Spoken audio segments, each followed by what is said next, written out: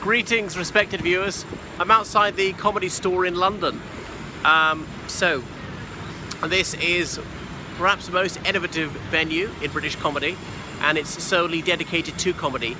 Yes, comedy acts go on in larger venues, Royal Albert Hall even, the Hammersmith Apollo, and so forth. However, this is the one where only comedy is performed, never music unless it's part of a comedy act, and never any other sort of theatre. So it wasn't originally set up here. About 1980 it was founded in Soho, about half a mile away on another street. There's a plaque which marks its original location. It's a copy of the Comedy Store in New York, because there's a friendly rival between New York and London to be the world capital of comedy. I think New York actually pips it. But you can see the lineup now. I don't know if there are any names you recognize. There's Rich Hall, for example, the American improvisational comedian. And who else do I recognize? Sean Mayo. Sean May's been doing it for years, been big since the early 90s. So many comedy greats cut their teeth here. The late Robin Williams of Happy and Glorious Memory. Well, he was already well known in the United States, but certainly by the early 80s he came here to perform.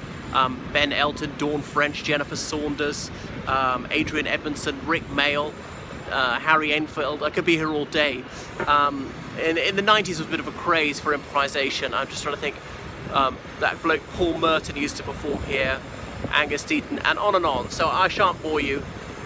Anyway, once a month there's King Gong, where they get amateurs, people like myself, who booked a month or so in advance to come along, and they get up to 5 minutes on stage. There are 3 red cards given out to people in the audience, and when the audience members are not satisfied, they put their cards up. When those 3 red cards have gone up, the gong is beaten, that person's off.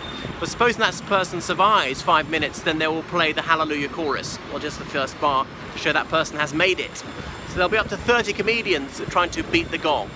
And those who've beaten the gong, let's say it's 10 of them, of the 30, will be invited on at the end as finalists to see who gets King Gong, who's won that. And indeed, that's a great accolade. So this place can seat about 300 people. So it boasts that it's London's most brutal comedy night, because they are savage. You've got 10 seconds to impress them, and I really have seen people gonged off that quick. So there you are. Well worth coming to any night of the week. Pay a bit to get in, drink's not that expensive, and then you can see all sorts of comedy, and it's all reasonable quality. If they're dreadful at King Gong, they'll be off. They're mostly established comedians, but then you'll see amateurs breaking through, so that's why there's often a breath of fresh air. So there's just beside Leicester Square, here on Oxenden Street, that is the Comedy Store.